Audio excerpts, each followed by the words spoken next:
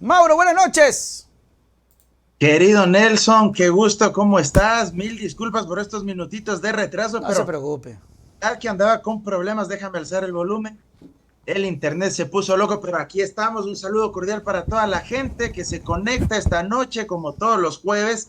Y bueno, pues igual para la gente del TikTok que están aquí conectados, así que bueno, Ya que la abrazo semana enorme. pasada no pudo por andar viendo el partido. Ecuador, hermano, Ecuador, Ecuador, Ecuador, mi patria querida, nuestra Y patria querida. más lo que perdimos era que te vengas acá mejor. Gran partido. La verdad es que eh, me sorprendió el nivel, debo reconocerlo. Yo no era muy optimista, pero realmente los muchachos se pasaron. Un partidazo. Digamos que pujó a eh, Argentina también, ¿no? no, si sufrieron largo. O sea, si es que el fútbol fuera de méritos, si el fútbol fuera de méritos, creo que indudablemente nosotros debíamos Claro, haber clasificado.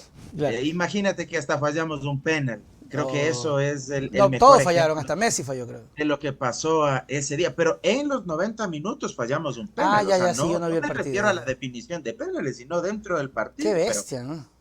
así es el Bueno. fútbol y bueno, pues nos quedamos con esa pica, oye, si pasábamos, yo creo que la final era Ecuador-Colombia, que habría sido histórico, No, pues íbamos a los cuartos. pero yo creo que le ganábamos en la semifinal, a la semifinal íbamos, le ganábamos Ah, a Canadá, pues, ¿en serio? le ganábamos, sí, yo creo que le ganábamos a Canadá y habríamos estado con una final inédita e Ecuador-Colombia. histórica, Chica, pero sí, sí, sí. vacancísimo. Pero Parcerísimos. ya está. Así es la vida y así es Bueno. el fútbol. Lo importante es que tenemos un gran equipo, ¿ah? Así que vamos de ahí adelante. Ok, Mauro, vamos con cosas políticas, que es lo que la gente quiere saber, le gusta, la movida, la jugada. Yo quiero consultarte algo, es medio delicado. Aunque no es tanto, porque pero como lo ¿Qué me pintan. va a preguntar? ¿Qué me va a Espérate, preguntar espérate, usted? espérate. Pero como nos pintan, hasta uno dice chútica, ¿será que uno mejor ni dice nada? Diana Salazar, la asamblea, Gisela Garzón, solicitó y creo que se aceptó en el CAL la revisión de su estado de salud cada 3 meses por el tema del juicio político. El informe vinculante de la Procuraduría simplemente dijo no porque estaba mal y que no le hagan juicio político, no le estrese. Pero Gisela dice la facultad de la Asamblea para fiscalizar dónde queda, tenemos que revisar. No le gustó eso a Diana y lanzó un comunicado muy fuerte y dijo que va incluso a denunciar a todo aquel que se atreva a mencionar el tema de su embarazo. Te consulto, Mauro. ¿Hizo mal la Asamblea? ¿Está haciendo mal la Asamblea en... Ojo, no está... Porque hay una confusión. No está diciendo la Asamblea, vamos a investigar. O sea, no está diciendo la Asamblea, vamos a ver si es verdad que está embarazada. No. Pues eso sí es ser canalla. Está diciendo, queremos verificar el estado de salud de la fiscal. ¿Qué piensas tú de eso? Es indudable que es un tema bastante delicado porque Claro. cuando uno habla de un embarazo, eh, evidentemente es un asunto bastante complejo de abordar. En ese marco intentaré ser lo más tinoso, pero al mismo tiempo hablar en estricto derecho, que creo Claro. que es lo fundamental, ¿sí? Más allá de pasiones, afectos o desafectos o posiciones políticas que todos podamos tener, pero intentaré abordarlo con la mayor seriedad y honestidad intelectual posible. La Procuraduría, cuando se pronunció respecto de este tema, y eso sirvió de fundamento para que a su vez suspendan la sustanciación del juicio político Así es. en la Asamblea Nacional, la Procuraduría emitió un pronunciamiento, ¿sí? Y ese pronunciamiento sirvió para que en el CAL, que es el Consejo de Administración Legislativa, que está conformado por 7 integrantes, presidente de la Asamblea, 2 vicepresidentas y 4 vocales, el CAL acogió ese pronunciamiento del procurador y decidió suspender la tramitación del juicio político Así fue. hasta que pase el estado de gestación de la fiscal. Pero, y aquí es importante precisar, pero el procurador también en ese pronunciamiento mencionó que se pueden hacer valoraciones o seguimientos, si tú quieres, en el Ok. buen sentido de la palabra, cada cierto tiempo. Me parece, no recuerdo con precisión, que la Procuraduría dijo trimestralmente. Así es, cada tres ¿Para qué? meses. Para valorar si es que efectivamente el estado de gestación era de tal gravedad que le impida a ella Ah, poder mira tú. comparecer al juicio político, ¿sí? Entonces, sobre la base de ese pronunciamiento de la Procuraduría, del procurador, no de cualquiera, sino del procurador, que es la máxima autoridad de esa institución, Ujú, hoy conocí que el Consejo de Administración Legislativa había activado aquello. ujú. ¿Para qué? Para valorar cuál es el estado de ella y evidentemente si es que ese embarazo, que era aparentemente, digo, porque eso es lo que mencionó ella, que era Así es. de alto riesgo, en qué circunstancias se encontraba. Eso en estricto derecho. Ahora, desde lo político, si es que fue adecuado o no, ahí pueden existir distintas valoraciones. Habrá quienes digan que fue adecuado para que se transparente esta situación y verificar si es que efectivamente ella sigue demasiado expuesta por su embarazo o si es que ella podría comparecer a un potencial juicio político tal como lo ha estado haciendo a las distintas Audiencias, audiencias claro. donde ella ha tenido que actuar en los diferentes procesos penales. Esa Ujú. es una perspectiva, una visión. Habrá otra visión con legítimo eh, derecho también que digan, no, políticamente no fue adecuado porque es una situación tan delicada, un embarazo, que lo mejor era no considerar esa parte del Mm, pronunciamiento del procurador y más ya, bien ya, ya. dejarlo ahí porque Y esperar. eso va a generar demasiado ruido, como efectivamente me parece que el día de hoy generó. Claro. Alguien te podría decir políticamente es inadecuado porque eso va a herir susceptibilidades y quien quita hasta se pueda usar también políticamente eso para golpear a la misma asamblea. Ahí hay distintas visiones, pero jurídicamente el procurador señaló eso, ¿sí? Y eso es importante que la gente Ah, conozca. no sabía, te cuento que estaba un Ahora, poco confundido yo ahí. por fuera de estas dos lecturas, por el pronunciamiento del procurador y por la parte política, yo sí creo que es un debate bastante interesante. ¿Por qué? Porque justamente hace varios días atrás se divulgó a través de redes sociales que el presidente Gustavo Petro en Colombia, cuando viaja a Panamá, me parece, o a República Dominicana, uno de los dos países, Ya. se filtran unas fotos o unos videos, me parece, de él cogido de la mano con una mujer, sí, que no era precisamente su esposa, Ok. su pareja. Se filtra esto y empiezan a aparecer voces que dicen, no, esa es la vida privada, eso no se debería divulgar, eso es algo íntimo, si es que él estaba con otra pareja, problema de él, ese es un problema entre particulares, eso no puede difundirse. Ok. Sin embargo, y aquí es donde viene un debate muy interesante. Hay una sentencia incluso de la propia Corte Constitucional colombiana y hay pronunciamientos también en este sentido de la Corte Interamericana. Me parece que hay informes igual de la Comisión Interamericana de Derechos Humanos Ujú. en el siguiente sentido, Ya. que cuando se tratan de altas autoridades estatales, ya sean autoridades de elección popular o altos funcionarios, un procurador, un superintendente, en este caso un fiscal general o una fiscal general, ¿sí? Cuando se traten de esas personas y el asunto en el que están inmiscuidos, a su vez, sea un asunto de interés público, porque están en juego precisamente asuntos de interés colectivo, entonces esa privacidad se diluye. Y esa Oh. privacidad ya no puede prevalecer como derecho a la intimidad personal por encima del interés general de la sociedad para enterarse o para transparentar algún tema. En palabras más simples o concluyentes, ¿qué es lo que se dice?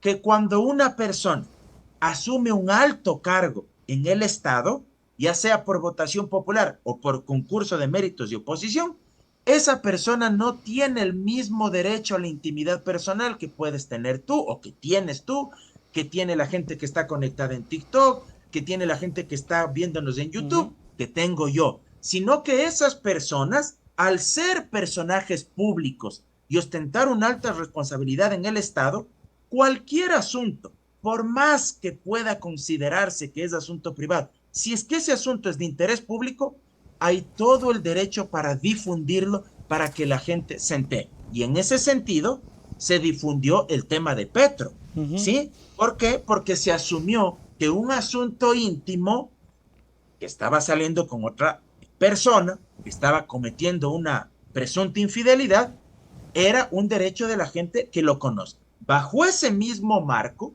uno podría interpretar que es verdad que la fiscal Diana Salazar está embarazada.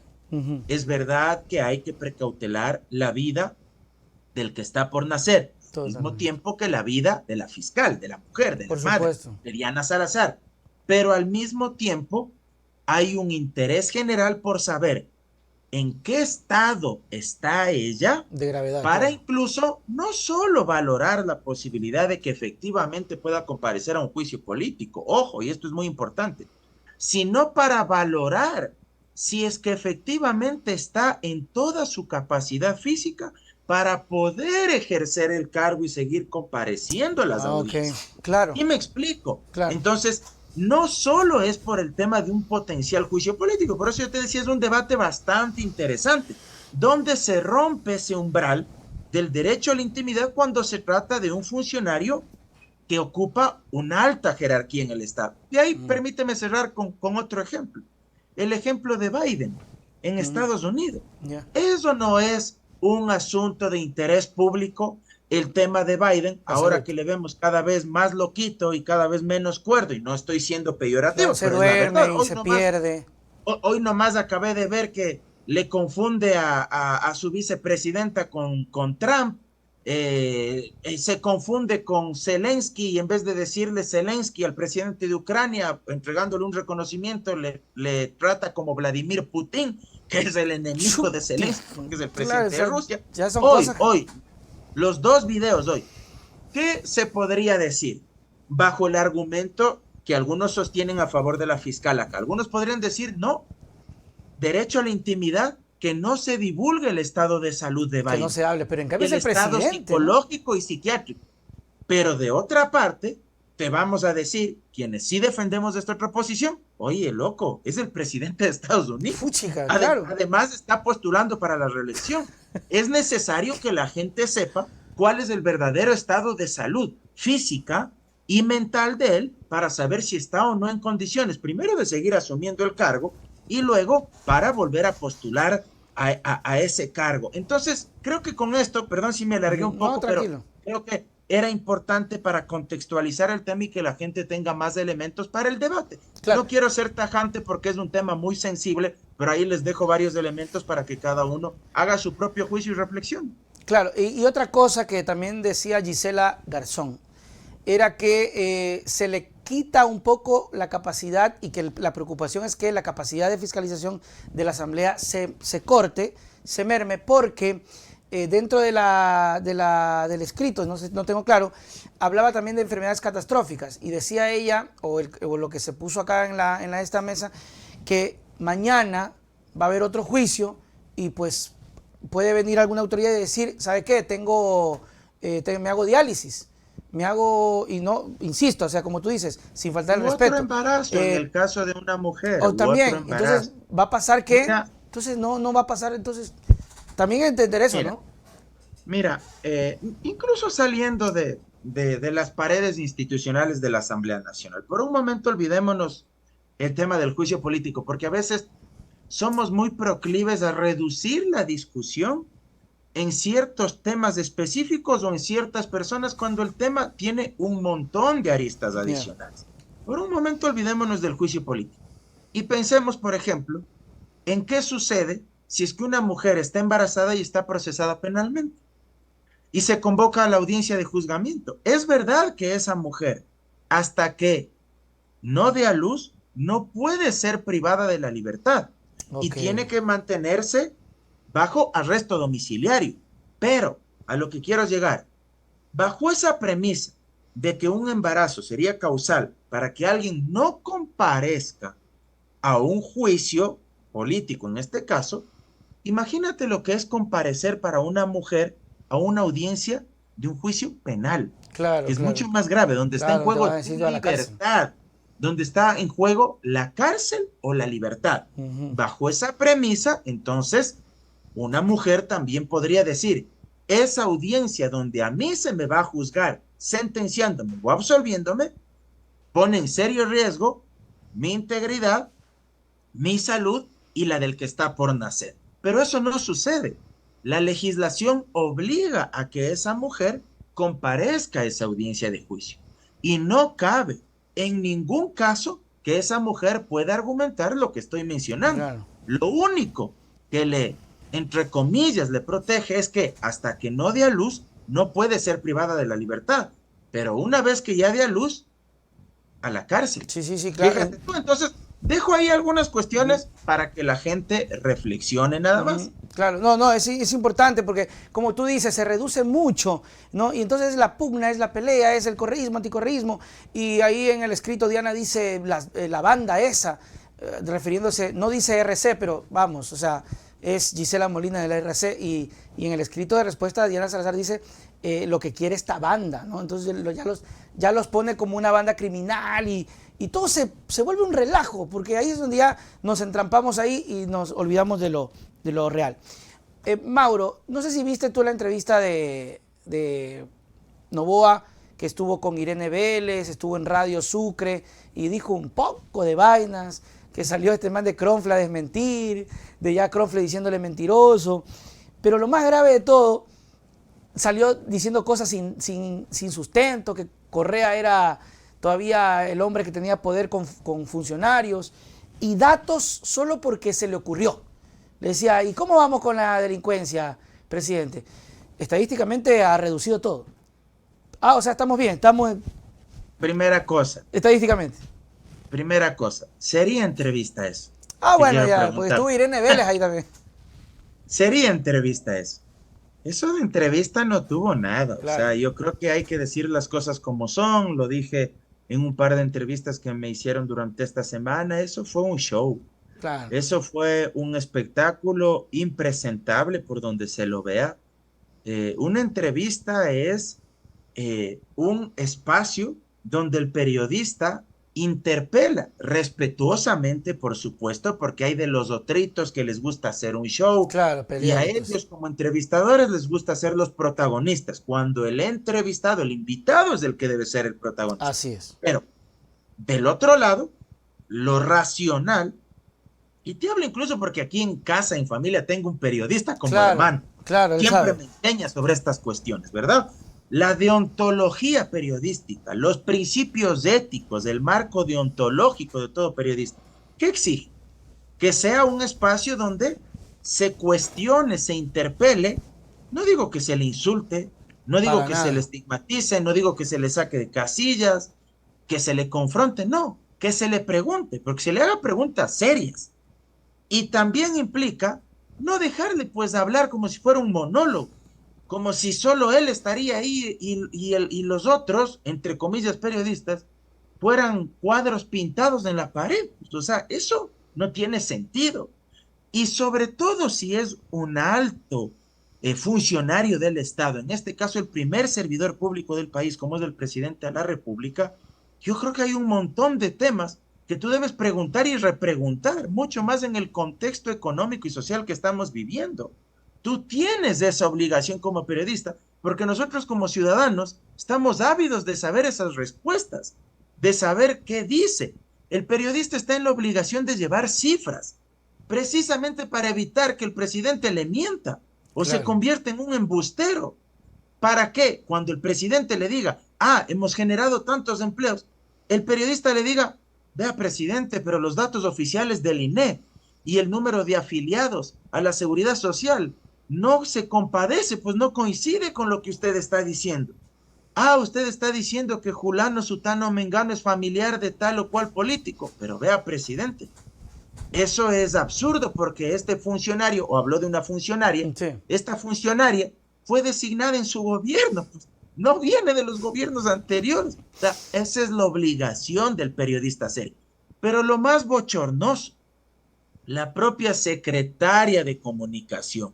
No quiero ser peyorativo ni grotesco, pero en palabras simples, la propia empleada de Novoa, la subalterna del presidente de la República, se mete en media, entre comillas, de entrevista, y ella se pone a entrevistar, ella se pone a ayudarle en las respuestas, aunque con esas amigas, ¿para qué enemigas? Porque un rato le quiso ayudar con el tema de la Corte Internacional de Justicia y el litigio con México. Se confundió, dijo Corte Internacional Americana, ni sé qué barbaridad, y ahí el mismo Novoa le terminó corrigiendo a ellos, demostrando un absoluto desconocimiento.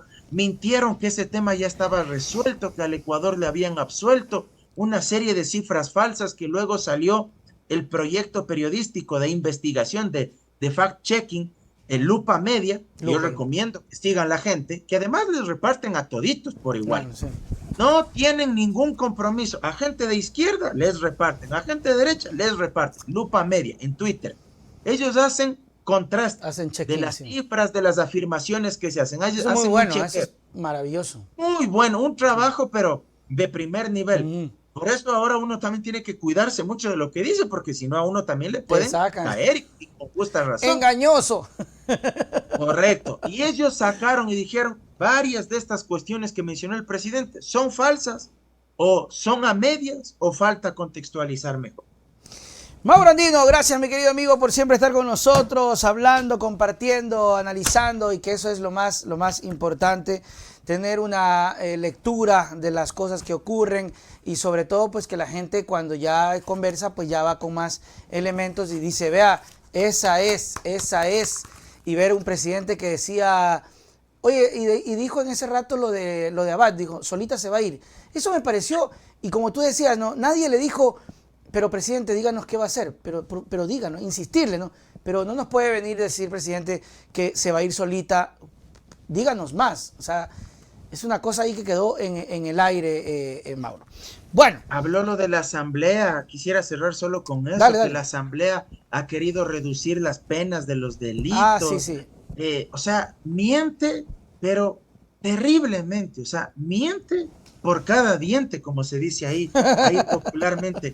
Falso eso de la Asamblea. La Asamblea aprobó los proyectos de ley tal cual como él envió, aunque antitécnicos, porque varios penalistas y criminólogos han señalado que esos incrementos de penas eran así como que se han reunido una noche en Carondelet y han dicho, este delito tiene 10 años, ñañito, auméntale a 25. ¿Y por qué razón 15 años? No, auméntale, y con eso quedamos bien ante la gente. Este tiene 15 años, auméntale a 30. ¿Y por qué a 30? Auméntale nomás. El tema es quedar bien con la galería y con la gente. Pero a pesar de esas cuestiones antitécnicas, le aprobaron así en la Asamblea Nacional para que no tenga ningún pretexto, para que no se queje. Sin embargo, ya vemos que esa no fue la solución para la criminalidad, ni la consulta popular, ni el incremento de penas, ni un estado de excepción policíaco militar permanente. Ya volvieron los asesinatos a Manta. Sí. Ya volvieron. Ahora dice que va a Durán, pero así que, en fin, te envío un abrazo enorme. Saludos para Nelson, Jenny Zamora. Jenny nos está viendo. Saludos, Jenny. No, y decirles que me sigan por favor en mis redes sociales, @MauroAndinoe, en mi cuenta de Twitter, @MauroAndinoe, en mi cuenta de Facebook como Mauro Andino Espinosa, en mi fans page, y en mi cuenta de TikTok y de Instagram como Mauro Cabezón Andino. Ayúdenme a compartir mis videos, mis publicaciones, compártanlo igual por WhatsApp, y bueno, pues hagamos ahí una comunidad mucho más grande. Y en Andino Abogados Asociados, con mi padre Mauro Andino Reynoso, al 098-405-9814, 098-405-9814, su oficina en la Amazonas y Naciones Unidas, en el edificio La Previsora, 7º piso, oficina 704. Abrazo enorme, nos vemos el próximo jueves, querido amigo. Nos vemos, Mauro, chau.